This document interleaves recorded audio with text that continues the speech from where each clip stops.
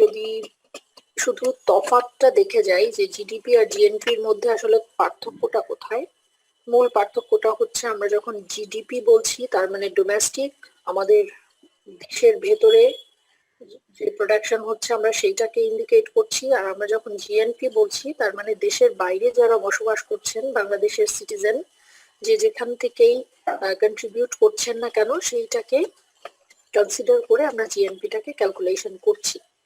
আচ্ছা, এইবারে একটা টপিক আসতে পারে, সেটা হচ্ছে পার capital income. Per capital income is a measure of the amount of money earned per person in a nation or geographic region. একটা দেশের বা একটা জনগোষ্ঠী মানে একটা দেশের ভেতরে প্রতিটা মানুষের অন এন এভারেজ ইনকাম কত, আমরা যদি সেইটাকে ক্যালকুলেশন করি, that will be considered as per capita income. Per capita income can be used to determine the average per person income for an area and to evaluate the standard of living and quality of life of the population. তার মানেটা কি? আজকে ধরেন এমন যদি হয় যে সারা বাংলাদেশের মানুষের ইনকামের যোগফল হচ্ছে টোটাল $1000, আর বাংলাদেশের টোটাল জনসংখ্যা হচ্ছে 100 জন, ভাগ করেন তো কত আসে?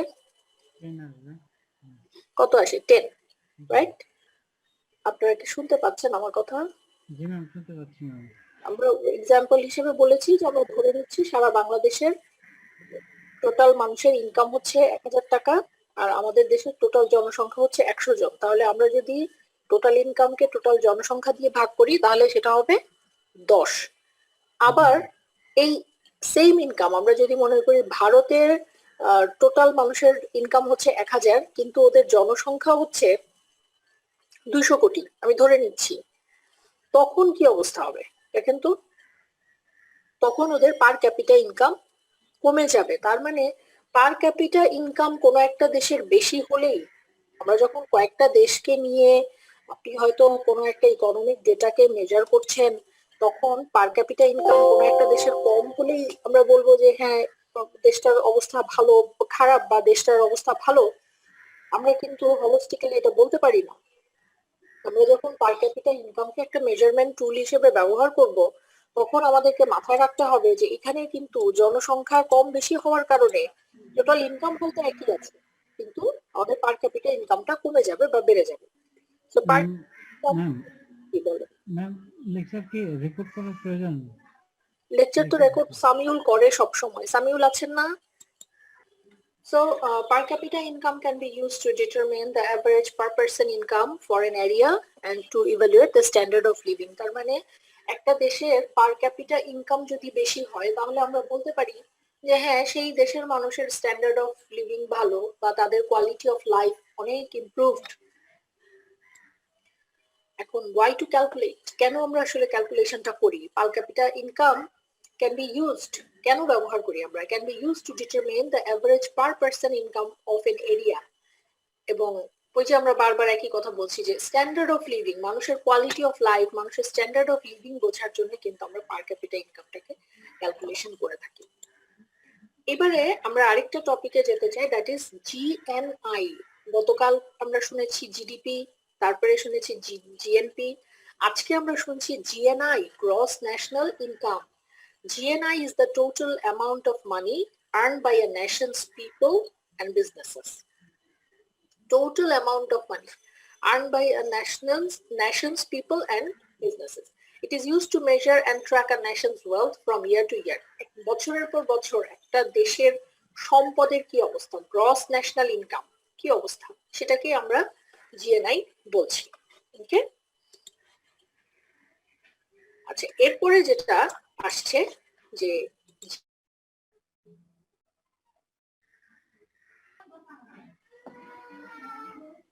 আমি এতক্ষণ বলেই যাচ্ছি, আপনারা কিছু শুনতে পাননি? না ম্যাম, ও গড, ওকে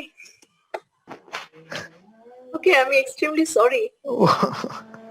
না ম্যাম, বলেই যাচ্ছি ম্যাম আসলে আমরা মনে করছি ম্যাম আপনি একটু ব্যস্ত। না না, আমি তো বলে যাচ্ছি। সিগন্যাল দিলাম। জি আচ্ছা, আমরা শুনতে পাচ্ছি না। এখানে কে একজন বলেছে যে কিছু শুনতে পাচ্ছে না। আচ্ছা আচ্ছা আচ্ছা, okay, let's start from the beginning. Oh, I am extremely sorry. Okay, GNI নিয়ে আমরা কথা বলছিলাম। জিএনআই এর কোর কনসেপ্টটা হচ্ছে it is the total income received by the country. বাংলাদেশের ভেতরে ইনকামটা রিসিভ করছে কারা? From its residents and businesses regardless of whether they are located in the country or abroad.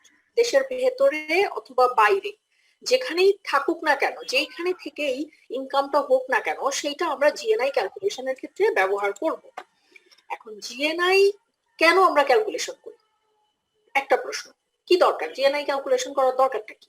দরকারটা হচ্ছে যে এইটা যখন আমি ক্যালকুলেশন করব তখন এক্স্যাক্টলি একজন ব্যক্তি, বাংলাদেশের যে কোনো মানুষ, উনি এক্স্যাক্টলি তার এভারেজ ইনকাম কত সেটা আমরা ক্যালকুলেশন করতে পারবো। এখন প্রশ্ন আসছে যে তাহলে জিএনআই এবং জিডিপির মধ্যে, জিএনপির মধ্যে তফাৎ কোথায়? গ্রস ন্যাশনাল ইনকাম এবং গ্রস ন্যাশনাল প্রোডাকশনের মধ্যে আসলে তফাৎ কোথায়? খেয়াল করে দেখেন, আমরা যখন জিএনপির কথা বলেছি, আমরা বলেছি যে GNP includes the income of all of a country's residents and businesses, whether it flows back to the country or is spent abroad.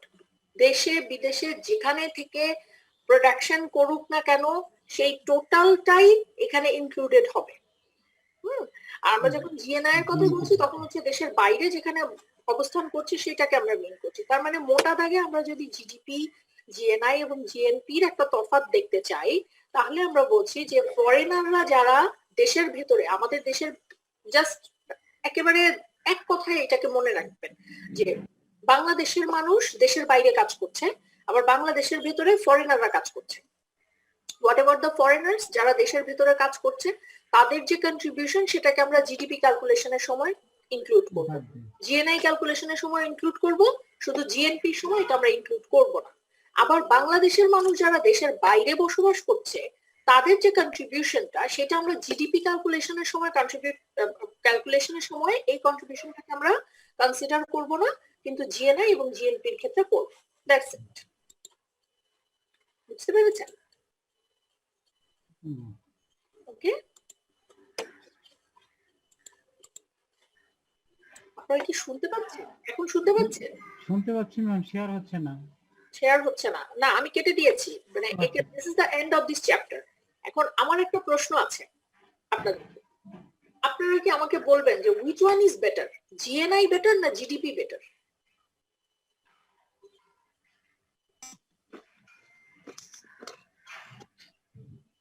GNI better. কেমন এটা মনে হচ্ছে? এর তুলনায় জিডিপিও বেটার ম্যাম।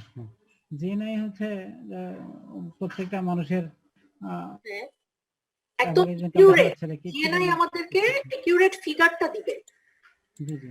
জিএনআই কে বেটার বলার কারণটা, একটা কারণ হচ্ছে যে আমাদেরকে একিউরেট ফিগারটা দিবে। জি জি, তাই না? কারণ জিএনআই বলতে আমরা বোঝাচ্ছি যে একজন ব্যক্তি অন এন এভারেজ কত টাকা আর্ন করছে, আমরা সেটা দেখতে চাই। কারণ একজন ব্যক্তির অন এন এভারেজ কত টাকা আর্ন করছে বা তার কতটুকু টাকা আছে বা সম্পদ আছে, সেটা যখন বুঝতে পারবো তখন কিন্তু আমরা আমাদের দেশের ভেতরে মানুষের হাতে ওভারঅল কত টাকা সম্পদ, মানে এভারেজে প্রত্যেকটা মানুষের হাতে কত টাকা সম্পদ আছে সেটা আমরা বুঝতে পারবো। চিন্তা করেন। আচ্ছা, কিছুদিন আগে আমরা একটা রিপোর্ট পড়েছিলাম, যে রিপোর্টে বলা হয়েছিল যে বাংলাদেশে 5% প্রপার্টি হচ্ছে 95% মানুষের হাতে, আর বাকি 95% প্রপার্টি হচ্ছে 5% মানুষের হাতে। এইটা তাহলে ওরা ক্যালকুলেশন করলো কিভাবে? যে রিসার্চার টিম এই রিপোর্টটা মানে প্রিপেয়ার করেছে, এই রিসার্চ ওয়ার্কটা করেছে, তারা তাহলে কিভাবে করেছে এটা আন্দাজ করেন তো। তাহলে ডেফিনেটলি তারা জিএনআই, জিএনপি, জিডিপি এই মানে এই ইস্যুগুলোকে কভার করেছে। জি জি, বুঝতে পেরেছেন? জি ম্যাম। আচ্ছা, ওকে, this is all for this chapter.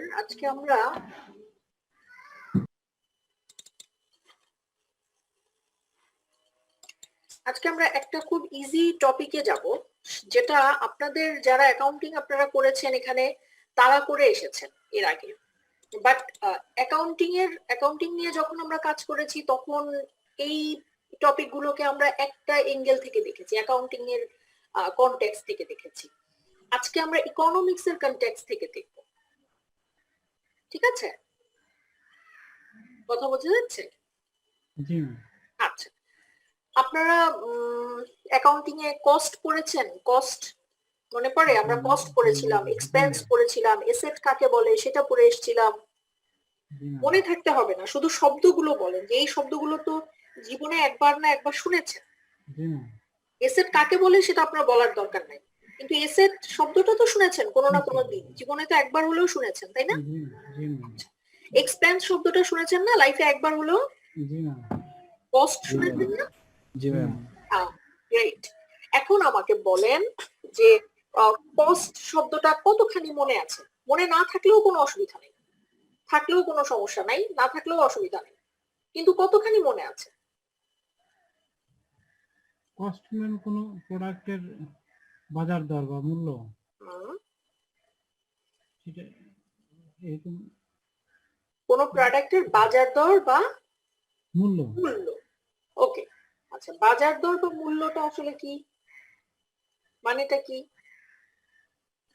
প্রোডাক্টের অন্যান্য প্রোডাক্টের মানে একই প্রোডাক্ট সেটার রেফারেন্সে যে ইয়ে আসে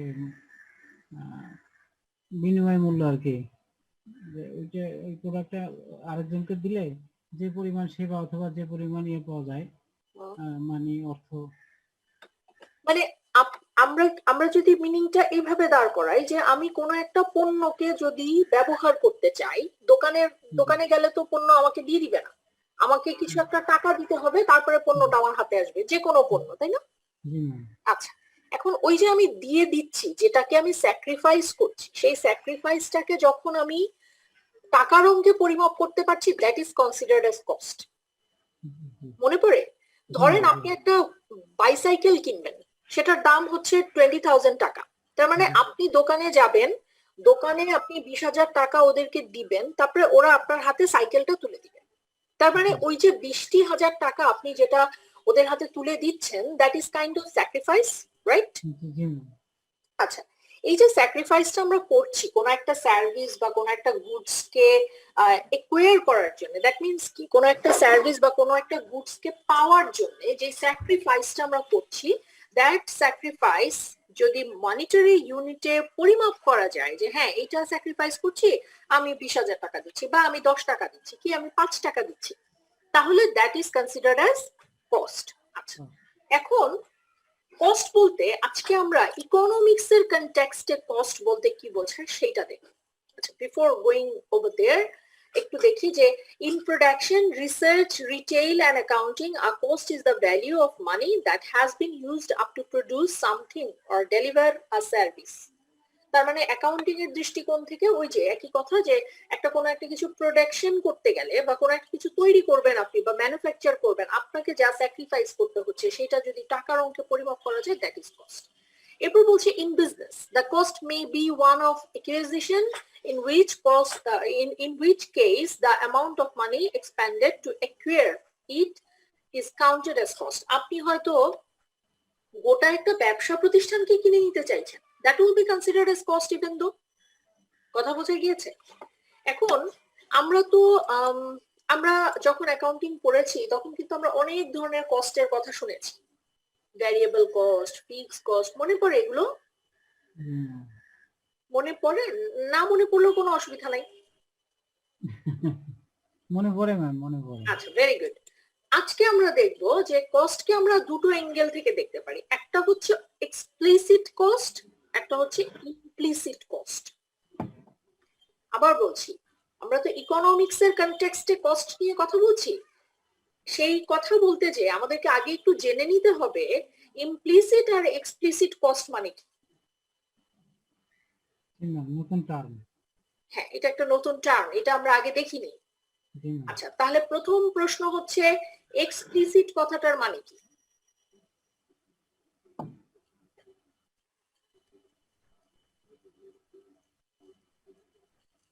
এক্সপ্লিসিট আর ইমপ্লিসিট কথাটার মানে কি? এক্সপ্লিসিট, এক্সপ্লেইন করা মানে কি? ব্যাখ্যা করা। ব্যাখ্যা করা। তার মানে আপনাকে যখন কেউ একজন কোনো একটা কিছু ব্যাখ্যা করে দিবে, তাহলে জিনিসটা আপনার কাছে স্পষ্ট হয়ে যাবে না, পরিষ্কার জি। হয়ে যাবে না? জি ম্যাম। আচ্ছা, তার মানে এক্সপ্লিসিট কস্ট, এক্সপ্লিসিট কস্ট মানে কি? ব্যাখ্যা করা কস্ট না, এটার মানেটা কি? মানেটা হচ্ছে যেই কস্টটা পরিষ্কার ভাবে দেখা যাচ্ছে। জি। আপনি বেতন দিচ্ছেন, আপনার অফিসের ভাড়া দিচ্ছেন, আপনি গভর্নমেন্টকে ট্যাক্স দিচ্ছেন, দিজ আর এক্সপ্লিসিট কস্ট। আপনি একেবারে পরিষ্কার ভাবে ডিফাইন করে দিতে পারছেন যে এই যে ভাই আমার 50,000 টাকা খরচ হয়েছে, এর মধ্যে 10,000 টাকা বেতনে গেছে, 5,000 টাকা ট্যাক্সে গেছে, 6,000 টাকা বাড়ি ভাড়া দিয়েছে, আপনি একদম ক্লিয়ারলি বলে দিতে পারছেন। ওকে, let's see what is explicit cost. These are costs that a firm directly pays for and can be seen on the accounting sheet. ওই যে আমরা অ্যাকাউন্টিং করে এসেছিলাম না, ব্যালেন্স শিট, যেখানে আমরা আমাদের টোটাল কস্ট দেখিয়েছিলাম, প্রফিট লস ক্যালকুলেশন করেছিলাম, মনে পড়ে? ওকে, ওই যে আমরা কস্ট গুলোকে ক্যালকুলেশন করেছিলাম, আমরা জার্নাল করেছিলাম কস্ট গুলোকে নিয়ে, এক্সপেন্স গুলোকে নিয়ে, তারপর আমরা ব্যালেন্স শিট প্রিপেয়ার করেছি, সেখানে আমরা ইনকাম এক্সপেন্ডিচার দেখেছি। সো ওই কস্ট গুলোকে বলা হচ্ছে explicit cost. Can be variable and fixed, just a clear amount. একেবারে পরিষ্কার ভাবে বলা থাকবে আমার বেতন এত টাকা, ডেপ্রিসিয়েশন এত, সরি আমার বেতন এত টাকা, বাড়ি ভাড়া এত টাকা, পরিষ্কার ভাবে বলা থাকবে। These expenses paid directly to another economic entity including wages, lease payment, taxes, utilities, এই যে বাড়ি ভাড়া দিচ্ছেন, ইউটিলিটি বিল দিচ্ছেন, এগুলো সবই এক একটা আমাদের এক্সপ্লিসিট কস্ট। আচ্ছা, এক্সপ্লিসিট কথাটার মানে আমরা জানলাম। এখন প্রশ্ন হচ্ছে ইমপ্লিসিট বা ইমপ্লাইড কথাটার মানে কি? ইমপ্লিসিট, আচ্ছা ইমপ্লিসিট কথাটা, এই শব্দটা এসেছে কোথা থেকে সেটা আগে বুঝি। ইমপ্লিসিট, ইমপ্লিসিট আমি কি একটু এখানে ইয়েতে লিখবো, চ্যাট বক্সে লিখবো? ওকে,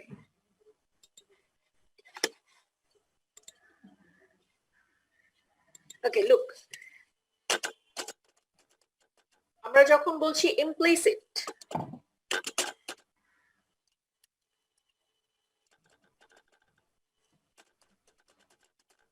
implicit,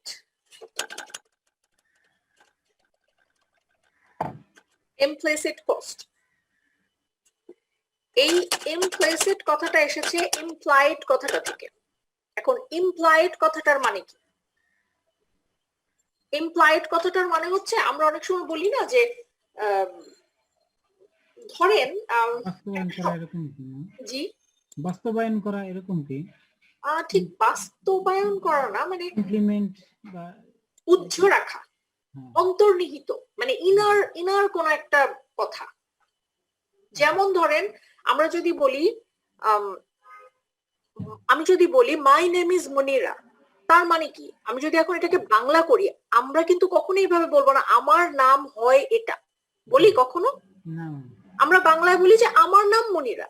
আর আমি যখন ইংলিশে বলছি তখন আমি বলছি মাই নেম ইজ মনিরা। তার মানে ওই যে মাঝে যে ইজটা রয়ে গেছে সেটা উজ্জ থাকছে না। ওকে, এই কনসেপ্টটাকে এবার কস্টিং এর মধ্যে এনে ঢুকিয়ে ফেলেন। আসেন দেখি কি দাঁড়ায়। Implicit cost, those are opportunity cost. আচ্ছা, কোনগুলো? which do not necessarily appear on the balance sheet but affect the firm. খেয়াল করে দেখেন, একটু মনে করার চেষ্টা করেন, ব্যাক গিয়ারে যান। আমরা যখন অ্যাকাউন্টিং করেছি, আমরা জার্নাল করেছি, লেজার করেছি, ট্রায়াল ব্যালেন্স করেছি, ফিনান্সিয়াল স্টেটমেন্ট করেছি, সেখানে আমরা প্রফিট লস ক্যালকুলেশন করেছি, আমরা দেখার চেষ্টা করেছি যে এই বছরে আমাদের লাভ হলো নাকি লস হলো। সেইখানে কি কোথাও কোথাও আমরা অপরচুনিটি কস্টকে ক্যালকুলেশন করেছি? না। প্রথম প্রশ্ন, অপরচুনিটি কস্ট জিনিসটা কি? এটা এক্সাম্পল আমি বলি ম্যাম, যে ব্যবসার একটা সুনাম, এটা একটা অপরচুনিটি কস্ট বা ইমপ্লিসিট। না না না না, ধরে নিন আপনার একটা প্রিন্টিং প্রেস আছে। জি। আচ্ছা, আপনার একটা ছাপার দোকান আছে, ছাপাখানা, আপনি বই ছাপান, বিভিন্ন ধরনের লিফলেট এন্ড এভরিথিং আপনি ছাপিয়ে দেন।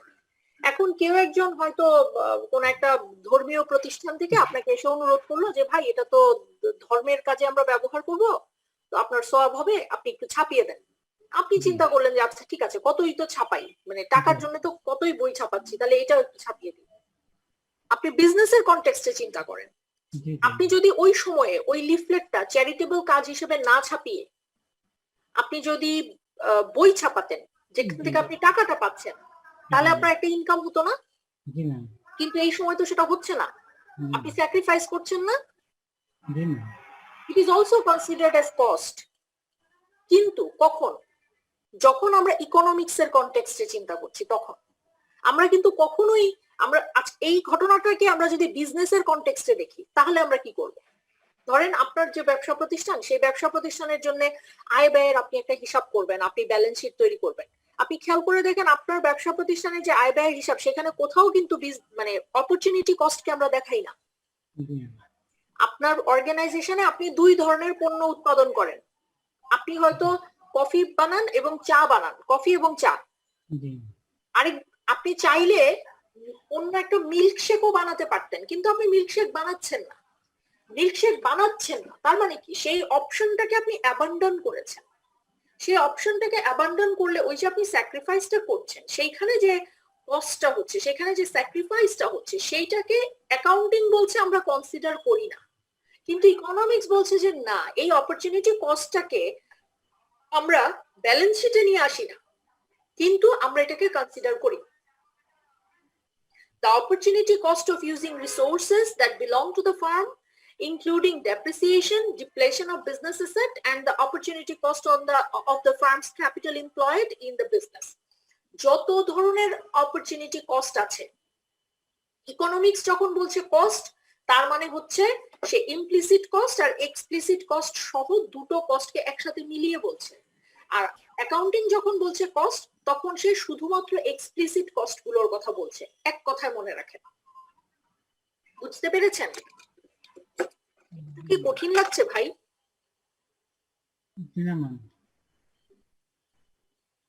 বুঝতে পেরেছেন? সবাই বুঝতে পেরেছেন? প্রশ্ন নেই কোনো?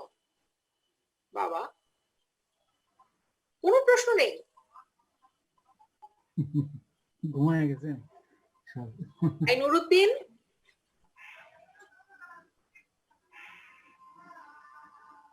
Rocky, Abu Bakar Siddique, Asaduzzaman. Yes, ma'am. Ma'am. Ma'am, ma'am. হ্যাঁ বলেন। পুরো ক্লিয়ার হইতেছে না ম্যাম, তার জন্য কোশ্চেন করতে পারতেছি না ম্যাম। পুরো ক্লিয়ার না হলেই তো প্রশ্ন করবে। ক্লিয়ার হলে কি আর মানুষ প্রশ্ন করে নাকি? ম্যাম সব কিছুই বুঝতেছি না, মানে আমি মাঝে 2টা ক্লাস গ্যাপ দিছি ম্যাম, বলতে আমার একটু সমস্যা ছিল ফ্যামিলিগত, তার জন্য ম্যাম পড়তে পারিনি ম্যাম, এর জন্য একটু সমস্যা হচ্ছে আমার। ওকে, হুমায়রা, সঞ্জিদা ইউসুফ, সঞ্জিদা ইউসুফ,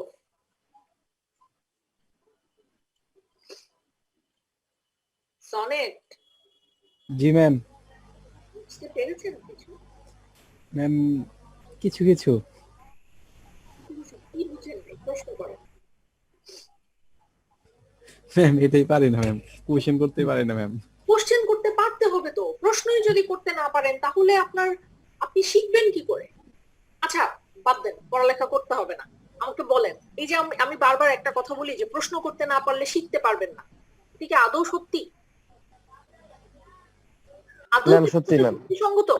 জি ম্যাম। ম্যাম যুক্তিসঙ্গত ম্যাম। নাকি অযৌক্তিক? আগে এটা নিয়ে হবে। আজকে কোনো পড়ালেখা হবে না, আজকে প্রশ্ন কেন করতে হবে আর না করলে কি হবে সেটা একটু বোঝার চেষ্টা করবো আমি।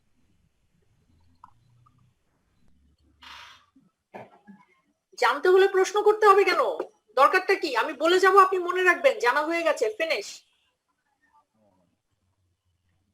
ম্যাম প্রশ্ন করলে ওইটা দেখা যায় যে মনে করেন আপনি বলেন আমি শুনতেছি, ওইটা খানিকটা সময়ের জন্য ম্যাম হয়তো বা স্মৃতি থাকে, কিন্তু প্রশ্ন করলে ম্যাম ওইটা স্থায়িত্ব বেশি থাকে আমার মনে হয়, এরকম কিছু না, সাহিত্যের জন্য তো আমরা পড়ি না, বলেন তো। ম্যাম প্রশ্ন করলে জিনিসটা আমরা জানার জন্য করি ম্যাম, এই জন্য মনে থাকবে বেশি। করবে কি? আমি কখন করবেন? ম্যাম যখন একটা জিনিস না বুঝতে পারবো না, ক্লিয়ার না ম্যাম, যখন প্রশ্নটা আপনার ভেতরে উদয় হবে তখন আপনি প্রশ্নটা করবেন। আপনার ভিতরে যদি প্রশ্ন তৈরি না হয় আপনি প্রশ্ন করবেন কি করে? করতে পারবেন? না ম্যাম। প্রশ্ন করা খুব কঠিন কাজ, প্রশ্ন করতে শেখেন। সক্রেটিস কি বলে গেছেন বলেন? সক্রেটিসকে চেনেন? জি ম্যাম, দার্শনিক ম্যাম। আচ্ছা, সক্রেটিস কি বলে গেছেন? সক্রেটিস কি বলে গেছেন?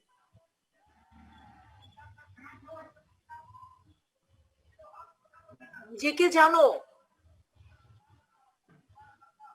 যদি নিজেকেই না জানেন তাহলে হবে?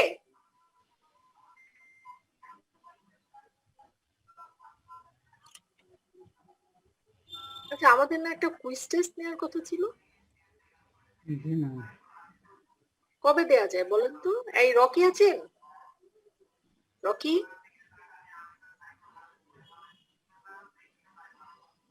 রকুনুজ্জামান,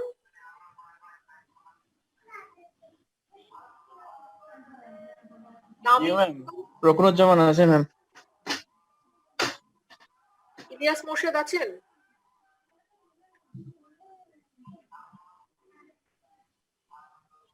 রেসপন্স করতে হবে, একটু রেসপন্স করতে হবে। রেসপন্স না করলে তো আমি বলবো না।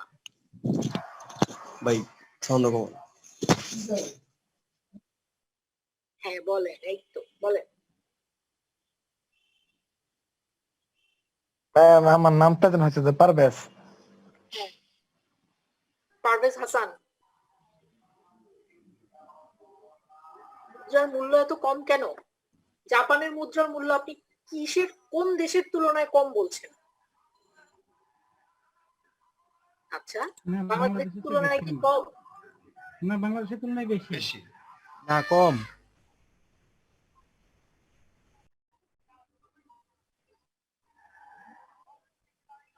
আমেরিকার তুলনায় কম, কিন্তু বাংলাদেশের তুলনায় বেশি।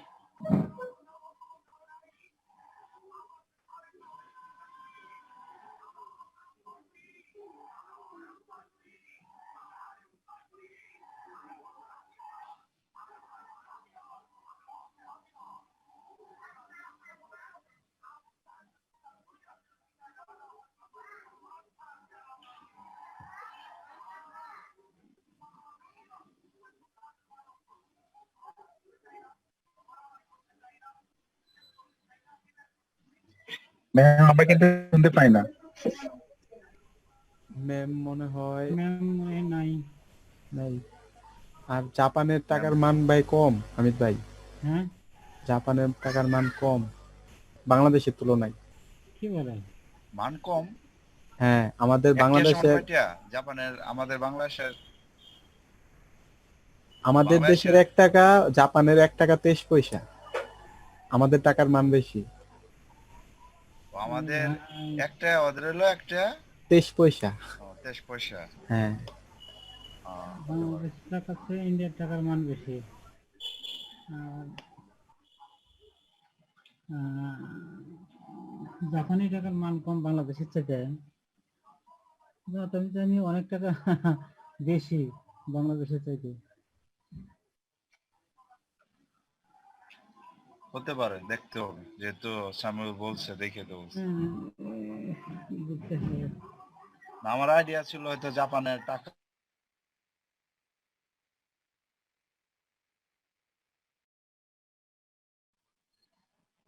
এটা আইডিয়া ছিল।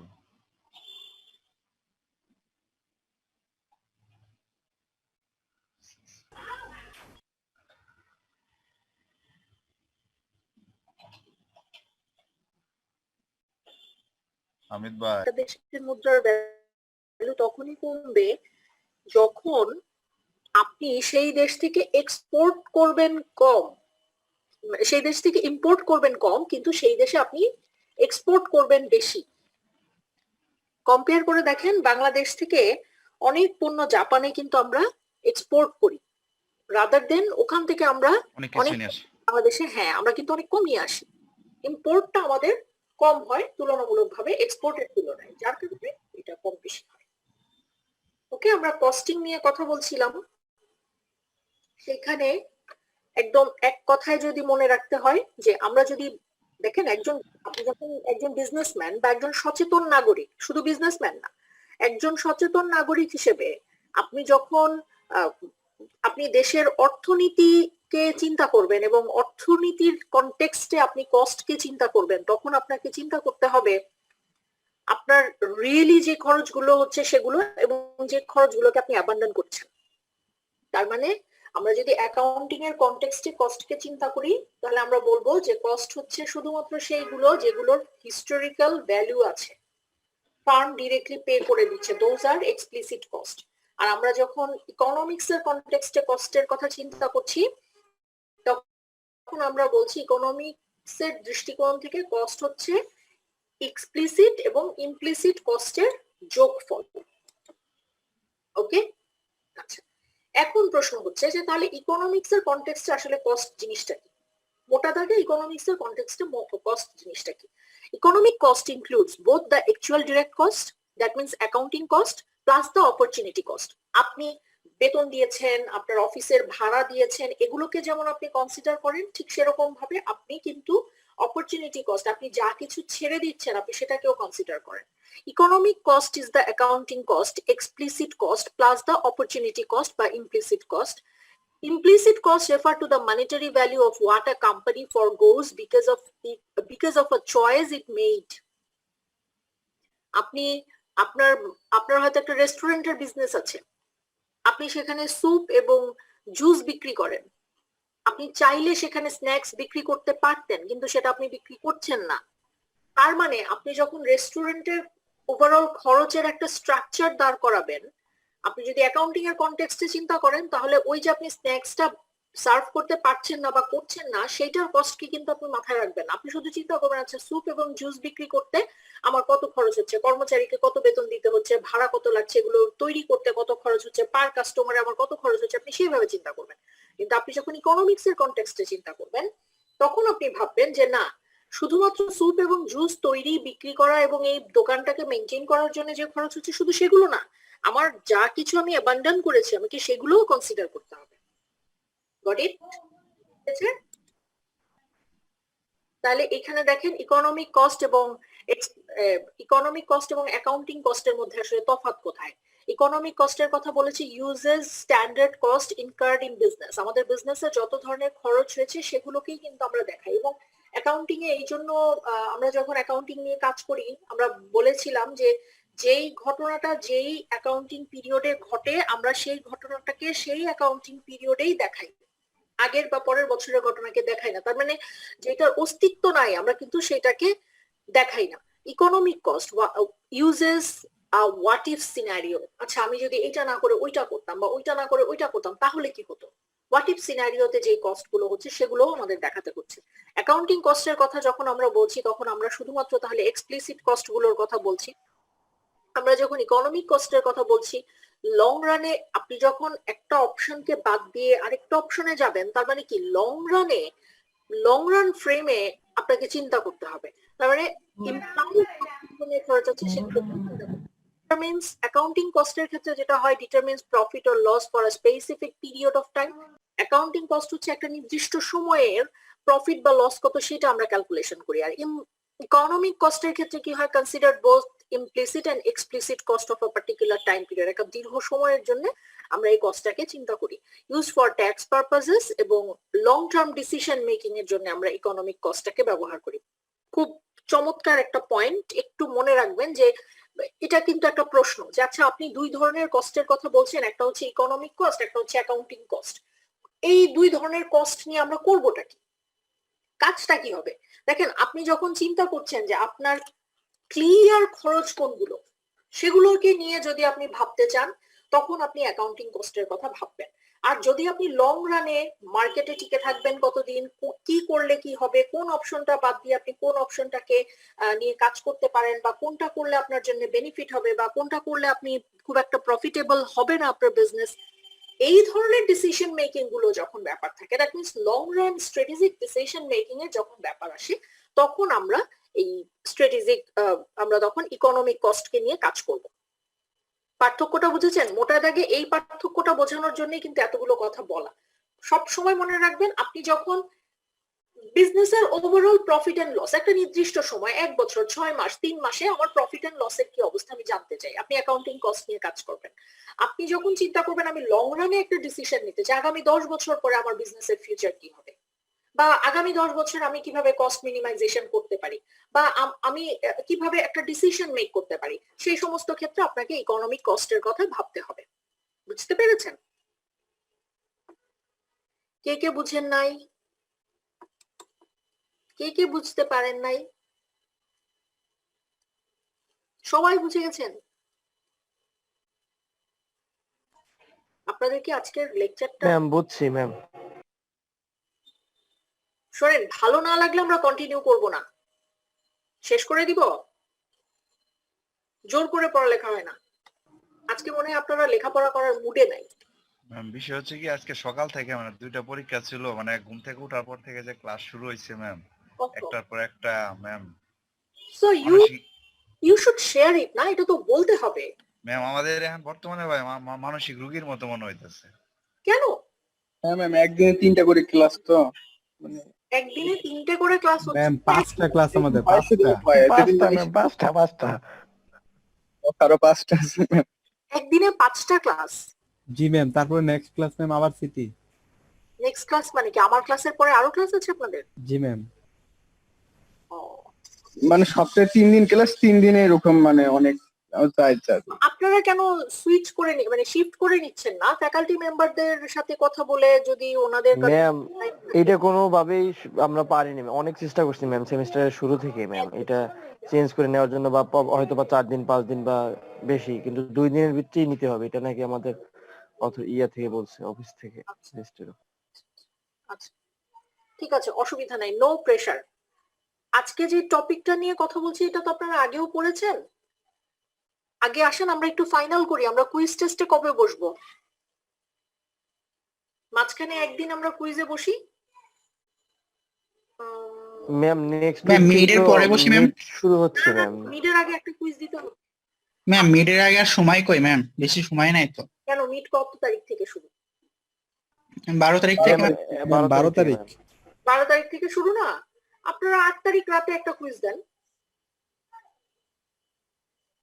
8 তারিখ রাতে মিডের আগে 2টা কুইজ, মিডের পরে 2টা কুইজ, তাতে করে আপনাদের জন্যই ভালো হবে। ম্যাম সিলেবাসটা শর্ট করে দিলে হয়তো দেওয়া যেত। ম্যাম রাতে কয়টার দিকে? রাতে 8 তারিখ তো 8 তারিখ রাতে 9টায় বসেন, 10 মিনিটের একটা কুইজ টেস্ট দিতে কতক্ষণ? 10 মিনিট লাগবে। Okay ma'am. আমার আবার 8 তারিখে আরেকটা সিটি ছিল তো, 7টা থেকে নিয়ে 7:30টা। না না, আমরা 8 তারিখে রাত 9টায় বসবো। আমরা কুইজ দিব শুধু 2টা চ্যাপ্টারের উপরে। ভাই পড়াটা হয়ে যাক। ম্যাম 10 তারিখে দেন তাহলে, বৃহস্পতিবারে শুক্রবারে। আচ্ছা শুনেন, আমি 10 তারিখে দিব না এই কারণে, 8 তারিখে কুইজটা দেন, দিলে পরে একটা আইডিয়া হবে আমাদের, আচ্ছা আমরা ভালো দেই নাই বা আমরা খারাপ দিয়েছি, বা মার্কস বাড়ানোর জন্য আমাদের আরেকটা দিতে হবে। তখন মিডের আগে আমরা আরেকটা দিয়ে ফেলবো 10 তারিখে। নিজের ভালোটা তো আপনাদেরই বুঝতে হবে, আমার তো কোনো অসুবিধা নাই। ম্যাম তাহলে একটু সিলেবাস শর্ট করে দেন ম্যাম। হ্যাঁ সিলেবাস আমি শর্ট করে দিচ্ছি, আমি বলছি প্রথম 2টো চ্যাপ্টারের উপর 8 তারিখে আমরা কুইজ টেস্ট দিব, 8 তারিখ রাত 9টায়। ম্যাম টাইমটা একটু আগানো যায় না 7টার দিকে? 7টায় করা যায়। 7টায় কি এখানে অফিস করেন না অনেকে? ম্যাম 9টায় ঠিক আছে, 9টায়। ওই যে এখানে কে বলছিল ওর একটা পরীক্ষা আছে। ম্যাম 9টায় ভালো হয় ম্যাম, থাকা হয়তো রাত্রে একদম আমি রিল্যাক্সে পরীক্ষা দেওয়া হয়। আমার 7টা থেকে 7:30টায় পরীক্ষা আছে। আচ্ছা আমরা যে এটা সিম্পলি 10 মিনিট, আমরা 9টায় জয়েন করব, 9টাতে আপনাদের সাথে আমি লিংক শেয়ার করব, 9টায় আপনারা ক্লিক করবেন, 10 এর মধ্যে পরীক্ষা শেষ। হ্যাঁ ম্যাম প্রবলেম নাই। ঠিক আছে? আচ্ছা পরীক্ষাটা কিসের উপর হবে? প্রথম 2টো চ্যাপ্টারের উপর, তাহলে পড়াটা হয়ে যাবে। রাইট?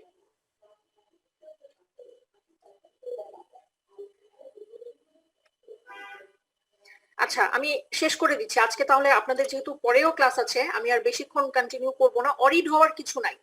ইকোনমিক্স যদি না বুঝে না এনজয় করে পড়েন তাহলে কিচ্ছু শিখতে পারবেন না। আর এটা খুব প্রেশার লাগবে আপনাদের কাছে।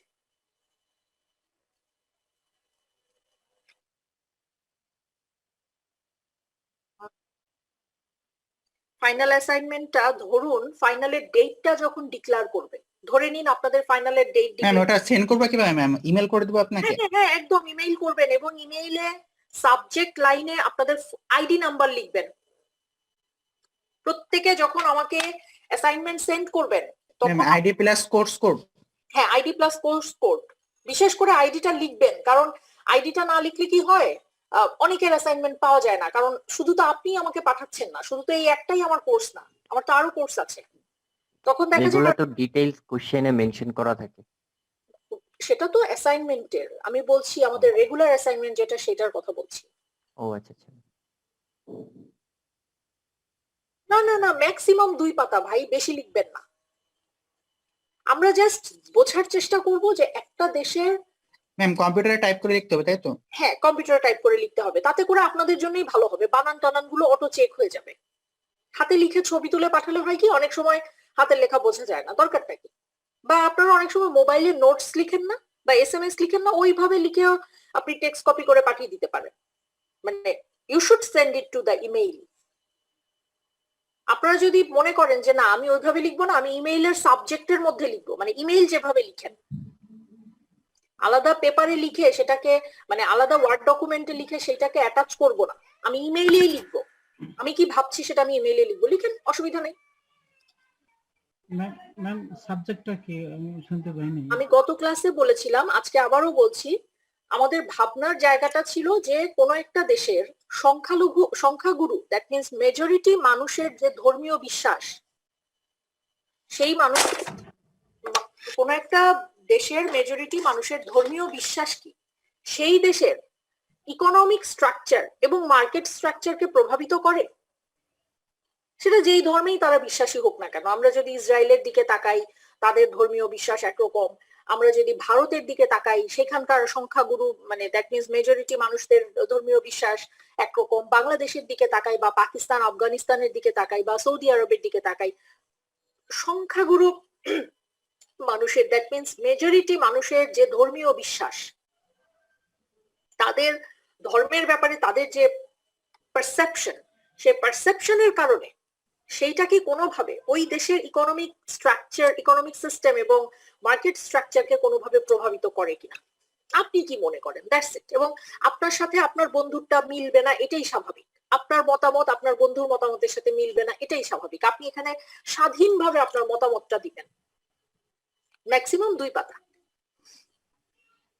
In English. ওকে ম্যাম ছোট করে লিখলে তো সমস্যা নেই, ম্যাক্সিমাম বলতেন যেহেতু এক পাতা লিখলে তো সমস্যা নেই। ছোট করে লেখা মানে কিন্তু এক লাইনে লেখা না যে হ্যাঁ না মেজরিটি। আমি এক পাতার কথা বলছি ma'am. Okay it should be technical and it should be explicit. আপনি যা বলতে চান আপনাকে স্পষ্টভাবে বলতে হবে। আপনি যদি এক পাতার মধ্যে স্পষ্টভাবে কথা বলতে পারেন ইটস ওকে। আপনার যদি স্পষ্ট করে দ্যাট মিনস এক্সপ্লিসিট করতে, অ্যাসাইনমেন্টটাকে এক্সপ্লিসিট ওয়েতে প্রেজেন্ট করতে আপনার যদি 2 পাতা ইউজ করতে হয় করেন, কোনো অসুবিধা নেই। ইমপ্লাইড কোনো কিছুকে একসেপ্ট করা হবে না। পরিষ্কার মতামত জানতে চাচ্ছি আপনাদের, বুঝে গিয়েছে? It is not that much difficult. আমরা যা পড়ছি সেগুলো নিয়ে ভাবেন, জাস্ট চিন্তা করেন।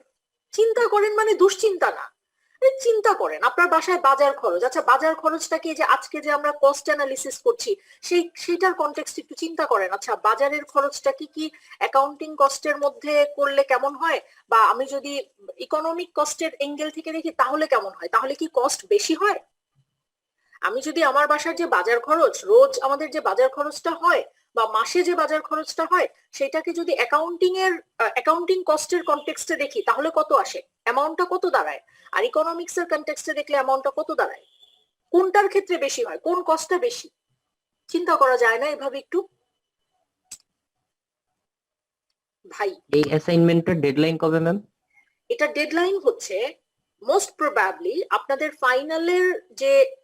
ফাইনাল পরীক্ষার যে ডেট হবে, দ্যাট মিনস ফাইনালের অ্যাসাইনমেন্ট জমা দেওয়ার ডেটটা সম্ভবত এরকম ভাবে হবে যে 31 তারিখ থেকে ফাইনালের অ্যাসাইনমেন্ট জমা দিতে হবে, সম্ভবত 31শে জানুয়ারি, রাইট? আপনারা 30শে জানুয়ারির মধ্যে এটা জমা দিয়ে দিবেন। আচ্ছা আচ্ছা ক্লিয়ার হয়েছে না? হ্যাঁ, মানে ফাইনালের অ্যাসাইনমেন্ট নিয়ে যখন আপনি কাজ করবেন, আমি চাই না যে কোনো অবস্থাতেই আপনারা এই অ্যাসাইনমেন্টটা নিয়ে তখন ভাবেন, কারণ আপনার ফাইনালের অ্যাসাইনমেন্টে ইদার 30 অর 20 মার্কস থাকবে, ওয়ারেজ এই অ্যাসাইনমেন্টে আপনার মার্কস হচ্ছে মাত্র 5। আপনি জমা দিলে 5-এর মধ্যে আপনি নাম্বার পাবেন, আর আপনি যদি জমা না দেন তাহলে 5-এ 0। জি ম্যাম বুঝতে পারছি। এর আগে যখন পারি তখন দিয়ে দিলেই তো হবে, কথা তাই তো? হইতেছে কেন? একজন জি এখন তো মিডিয়ারে অ্যাসাইনমেন্ট জমা দিলাম না, তো ফাইনাল নিয়ে তো চিন্তা ভাবনা সবার, বুঝলাম না আর কি। না, অ্যাডভান্স চিন্তা করা ভালো তো। ও, আচ্ছা। ম্যাম ফাইনাল নিয়ে আগের দিন হুঁশিয়ার করছে, এজন্য এটা নিয়ে চিন্তা আমি হুঁশিয়ার করিনি, আমি বলেছি এনজয় করেন, কোর্সটাকে এনজয় করেন। আপনারা এমনিতেই অনেক ভালো লিখেন, অনেক ভালো মার্কসও পাবেন। আমি চাইছি আপনারা জাস্ট কোর্সটাকে এনজয় করেন, কোর্সটাকে নিজের জীবনের মধ্যে মিশিয়ে ফেলেন, এটা দরকার। আপনারা প্রেমে পড়েছেন কখনো? পড়েছেন? না ম্যাম, আমি পড়ি নাই। ম্যাম কেউ সত্যি কথা বলবে না, এখানে সত্যি কথা না বলার কি আছে? ম্যাম বলবে না, আচ্ছা লজ্জা fine। পায়, এটা যদি কেউ পড়ে থাকেন তাহলে ওই সময়ের অনুভূতিটা কেমন? সারাক্ষণ কিন্তু ওই মানুষটাকে নিয়ে ভাবনাটা চলে আসে, আপনি ভাবতে না চাইলেও চলে আসবে। একটা সাবজেক্টকে যখন আপনি পড়ছেন, আমি নট অনলি ফর ইকোনমিক্স, আমি সব সাবজেক্টের কথাই বলবো, আপনি যখন একটা বিষয়কে নিয়ে পড়ছেন, আপনি সেটাকে নিয়ে ঠিক ওইভাবে ভাবেন, তাহলে ওইটাকে আপনার জীবনের মধ্যে আপনি মিশিয়ে ফেলতে পারবেন, আপনার জীবন যাপনের মধ্যে ওইটাকে ব্যবহার করতে পারবেন। আদারওয়াইজ তো আপনি শুধু টাকা দিবেন, সার্টিফিকেট কিনবেন, দিন শেষে এটার কোনো ভ্যালিউ থাকবে না। কোনটা বেটার বলেন তো ভাই?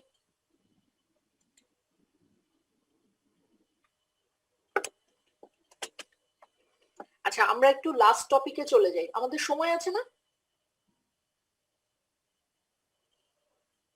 তোমার শেষ পর্যায়ে ম্যাম। সময় শেষ পর্যায়ে। আচ্ছা, আমরা একটু লাস্ট টপিকে চলে যাই, এটা খুব ইন্টারেস্টিং একটা টপিক এবং এটা আপনারা আগেও পড়ে এসেছেন। শুধু একটু দেখেন যে আমি যা বলছি আমার কথাটা ঠিক আছে কিনা। আমি যদি বলি, গল্পটা হচ্ছে এরকম যে আমি একটা রেস্টুরেন্ট ওপেন করতে চাই। আচ্ছা, এখন আমাকে বলেন তো, আমি যদি একটা রেস্টুরেন্ট ওপেন করতে চাই আমার কি কি খরচ হবে? রেস্টুরেন্টের ব্যবসা করতে চাই, আমার কোথায় কোথায় খরচ করতে হবে? ডেকোরেশন। ভেবে বলেন। প্রথম আপনার টাকা লাগবে মেইন। না না, টাকা তো লাগবে। টাকা তো লাগবে, আগে প্লেস ঠিক করা লাগবে কোথায় আমি রেস্টুরেন্টটা বসাবো। ওকে, তারপর কর্মচারী লাগবে, লেবার যেটা ওয়ার্কার, ডেকোরেশন লাগবে, কেমন ডেকোরেশন করাবে, তারপর দোকানে চাওয়া পাওয়া কি, তারপর ডেকোরেশন দরকার আছে। তার মানে কি ডেকোরেশনের পেছনে একটা খরচ হবে? অবশ্যই। কর্মচারীরা থাকবে, তাদেরকে বেতন দিতে হবে। খরচ তো মাস্ট বি, সেটা তো আছেই, আর কি মানে কিভাবে কোনটা খরচ করা লাগবে এটা বোঝা লাগবে। আচ্ছা, তার মানে সবকিছুতে তো খরচ আছে। আমি যে খাবারগুলো সার্ভ করব আমার রেস্টুরেন্টে, সেই খাবারগুলোর একটা তৈরি করতে একটা খরচ হবে। ইয়েস, অবশ্যই। খাবারগুলো তৈরি করতে হলে আমাকে বাজার করতে হবে, সেগুলো বাজার মানে সেই বাজারে যাকে পাঠাবো তাকে আমার একটা বেতন দিতে হবে, হবে না? অবভিয়াসলি, এটা তো যে বাজার করে নিয়ে আসলো সে হয়তো রান্না করবে না, আমার হয়তো আলাদা আরেকজন শেফ থাকবে, তাকে বেতন দিতে হবে। শেফের আলাদা আছে। তারপর আমার রেস্টুরেন্টে হয়তো যারা সার্ভ করছে তাদেরকে পার পার্সন যে যত বেশি সার্ভ করবে তাকে তত বেশি হয়তো বোনাস দিব, এরকম একটা চিন্তা করলাম আমি। আচ্ছা না? ওকে, আচ্ছা, আমার রেস্টুরেন্টের যেই লোকেশনে সেখানে আমার একটা ভাড়া নিতে হবে, একটা ফ্লোর ভাড়া নিতে হবে, সেটার একটা ভাড়া আছে না? বিদ্যুৎ বিল আছে, পানির খরচ আছে, গ্যাসের খরচ আছে, আছে না? হ্যাঁ, তা তো ম্যাম আছে। তাহলে দিন শেষে আপনাকে যদি আমি বলি যে ভাই আমার টোটাল খরচ কত, আপনি কি বলবেন? যে আপনি এক কাজ করেন, আপনার এই যে বেতন দিচ্ছেন, বাজার করছেন, ভাড়া দিচ্ছেন, ইউটিলিটি বিল দিচ্ছেন, যত ধরনের খরচ আছে সবগুলোকে একসাথে যোগ করেন, তাহলেই আপনি টোটাল খরচ পেয়ে যাবেন। এটা বলবেন না আমাকে? হ্যাঁ ম্যাম। ওকে, গ্রেট। এখন খেয়াল করে দেখেন, আপনি যখন আমাকে বলছেন যে আপনি বেতন দিচ্ছেন, ভাড়া দিচ্ছেন, রান্নার পেছনে আপনি খরচ করছেন, সবগুলোকে যোগ করেন, সেখানে কিন্তু আপনি এমন কিছু খরচের কথা বলেছেন যেই খরচগুলো আমার রেস্টুরেন্টে যদি কাস্টমার নাও আসে তাও আমাকে করতে হবে। বলেন তো কোনটা? ইলেকট্রিক বিল, এগুলা বিল, তারপর আর বাড়ি শেফের ভাড়া, খরচ, বাড়ি ভাড়া দিতে বাড়ি হবে, ভাড়া, শেফের খরচ দিতে হবে, শেফকে বেতন দিতে ভাড়া হবে। দিতে হবে, এক্সেলেন্ট, ভাড়া দিতে হবে। এক্সেলেন্ট। তার মানে একটা নির্দিষ্ট রেঞ্জের মধ্যে আমি ব্যবসা করছি, একটা নির্দিষ্ট সময়কালের মধ্যে আমার যদি কোনো ইনকাম হোক বা না হোক, আমাকে যদি খরচ করতে হয় এবং সেটা যদি ফিক্সড হয়, তাহলেই সেই খরচটাকে আমরা বলবো ফিক্সড কস্ট। Fixed cost। ওকে? আর যেই খরচগুলো আমার রেঞ্জের সাথে ওঠানামা করে, আজকে আমার 10 জন গেস্ট আমরা সার্ভ করব, তাহলে আমাকে 10 প্লেট খাবার তৈরি করতে হবে, তাহলে পার প্লেটে আমার খরচ হবে 10 টাকা করে, তাহলে আমার টোটাল খরচ হচ্ছে 100 টাকা। আবার যেই দিন হয়তো আমাদের গেস্ট বেশি, হয়তো আমাদের 30 জন গেস্ট চলে এসেছে, তাহলে আমাকে 30 প্লেট খাবার তৈরি করতে হবে, পার প্লেট আমার খরচ 10 টাকা করে, আমার সেদিন খরচ হবে 30 টাকা, তাই না? আবার যেদিন হয়তো আমার গেস্ট আরো কম, একদম মাত্র 2 জন গেস্ট এসছে, সেদিন আমার মাত্র 2 প্লেট খাবার আমি তৈরি করব, আমার খরচ হবে 10 টাকা করে, 20 টাকা। 20 টাকা। তাহলে খেয়াল করে দেখেন, এই যে একটা নির্দিষ্ট রেঞ্জের মধ্যে, এই যে 0 to 30 এর মধ্যে ওঠানামা করছে, তার মানে ভ্যারি করছে, আমার আউটপুটের সাথে ভ্যারি করছে, তার মানে this is called variable cost. এখন আজকে যখন আপনি আমাকে টোটাল কস্ট বলছেন, তার মানে আপনি আমাকে টোটাল কস্ট বলতে বোঝাচ্ছেন variable cost plus fixed cost, right? Am I right? Main যে জিনিসটা সেটা হলো ইনিশিয়াল কস্ট, ওইটা কাম ওভার করতে বলে পরে আর বেশি একটা সমস্যা হয় না। এটা হচ্ছে কস্টিং এর একটা মানে এটা আমরা আজকে যেটা ডিসকাস করছি সেটা হচ্ছে ট্রেসেবিলিটির জায়গা থেকে, যেই খরচগুলোকে সরাসরি দেখা যাচ্ছে। দ্যাট মিন্স, আচ্ছা আপনাকে যদি এখন প্রশ্ন করি, এই যে আমরা রেস্টুরেন্ট ওপেন করলাম, একজন কাস্টমারকে 1 প্লেট খাবার আমি সার্ভ করছি, আপনি আমাকে বলেন তো একজন কাস্টমারের পেছনে আমার বাড়ি ভাড়ার কত অংশ আমি খরচ করলাম? যে কি এত সহজে ক্যালকুলেশন করা যাবে? না ম্যাম, এটা সব মিলাইতে হবে। জি, এটা 0.0% এর নিচেও হ্যাঁ, নেমে এটা যায়। কিন্তু এত ইজি না। তার মানে যেই খরচগুলো আমরা ইজিলি ট্রেস করতে পারি সেইগুলো হচ্ছে ফিক্সড কস্ট, আর যে খরচগুলো আমাদের ইজিলি আমরা ট্রেস করছি, আমাদের ওঠানামা করছে, সেই খরচগুলো হচ্ছে ভ্যারিয়েবল কস্ট। এবং আমাদের টোটাল কস্ট মানে হচ্ছে fixed cost plus variable cost. এখানে একটু তাকান, যেমন ধরেন আমরা এখানে একটা কস্ট কার্ভ তৈরি করার চেষ্টা করেছি, আমরা দেখানোর চেষ্টা করেছি fixed cost, variable cost, total cost. দেখেন আমাদের ফিক্সড কস্ট একটা রেঞ্জের মধ্যে, এটা সব সময়ই ফিক্সড থাকবে। আপনি 0 আউটপুট যখন, তখনও ফিক্সড, আপনার আউটপুট যখন 5 ইউনিট তখনও ফিক্সড। আপনার ধরে নিন একটা সিচুয়েশনে আপনার খরচ হচ্ছে 60 টাকা, যে কোনো সিচুয়েশন আপনার বাড়ি ভাড়া 60 টাকা, তার মানে আপনার প্রোডাকশন যখন 0 ইউনিট তখন আপনাকে ভাড়া দিতে হচ্ছে 60 টাকা, আপনি যখন 1 ইউনিট প্রোডাকশন করছেন ফ্যাক্টরিতে তখনও আপনি ভাড়া দিচ্ছেন 60 টাকা, 5 ইউনিট যখন প্রোডাকশন করছেন তখন আপনি ভাড়া দিচ্ছেন 60 টাকা। কিন্তু ভ্যারিয়েবল কস্টের ক্ষেত্রে কি হচ্ছে, আপনি যখন 0 ইউনিট প্রোডাকশন করছেন তখন আপনার কোনো ভ্যারিয়েবল কস্ট হচ্ছে না, 1 ইউনিট প্রোডাকশন করছেন ভ্যারিয়েবল কস্ট হচ্ছে 20 টাকা, আপনি 2 ইউনিট প্রোডাকশন করছেন ভ্যারিয়েবল কস্ট হচ্ছে 25 টাকা, 3 ইউনিট প্রোডাকশন করছেন ভ্যারিয়েবল কস্ট হচ্ছে 55 টাকা। তার মানে আস্তে আস্তে করে কিন্তু আপনার খরচটা বাড়ছে। তার মানে আমরা যদি টোটাল কস্টের কথা বলি, দিন শেষে টোটাল কস্টের কার্ভটা হচ্ছে এটা, দেখতে পেয়েছেন? তার মানে আজকে যখন আমাদের আউটপুট বাড়ছে ভ্যারিয়েবল কস্ট বাড়ছে, আউটপুট বাড়ছে ভ্যারিয়েবল, আমাদের টোটাল কস্ট বাড়ছে। আবার মজার জিনিস হচ্ছে আউটপুট বাড়লে কিন্তু ফিক্সড কস্ট কমে যায়। খেয়াল করে দেখেন, 60 টাকাকে আপনি 1 ইউনিটের মধ্যে ভাগ করে দিলে কত হবে? 60 টাকা। কিন্তু আপনি যখন 5 ইউনিট প্রোডাক্টের মধ্যে ভাগ করে দিচ্ছেন তখন কত হচ্ছে? 12 টাকা। 12 টাকা কমে যাচ্ছে, ফিক্সড কস্টটা কমে যাচ্ছে। ওকে, এই পর্যন্ত কে কে বুঝতে পারেন নাই? এই পর্যন্ত কে কে বুঝতে পারেন নাই? প্রশ্ন করেন। হোল্ড অন, আমি একটু রোলটা কল করে নিচ্ছি।